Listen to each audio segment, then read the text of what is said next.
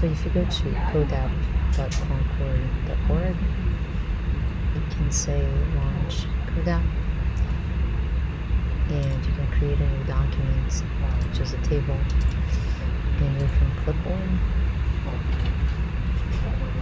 And now you see, I guess I did save 400 of those lines, and what happens is the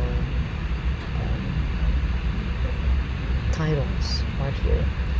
So now I can add a new column, and when I add a new column, time difference, I can make this new column.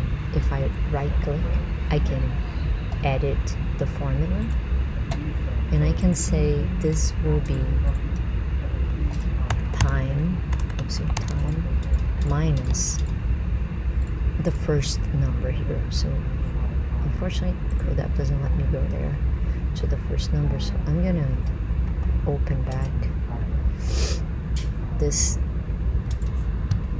I'm interested only in that first number from Excel that I just made. So this here, I'm gonna Control-C, and this will be the difference that I put everybody against. So if I apply, you see that the first one, actually it's almost 0.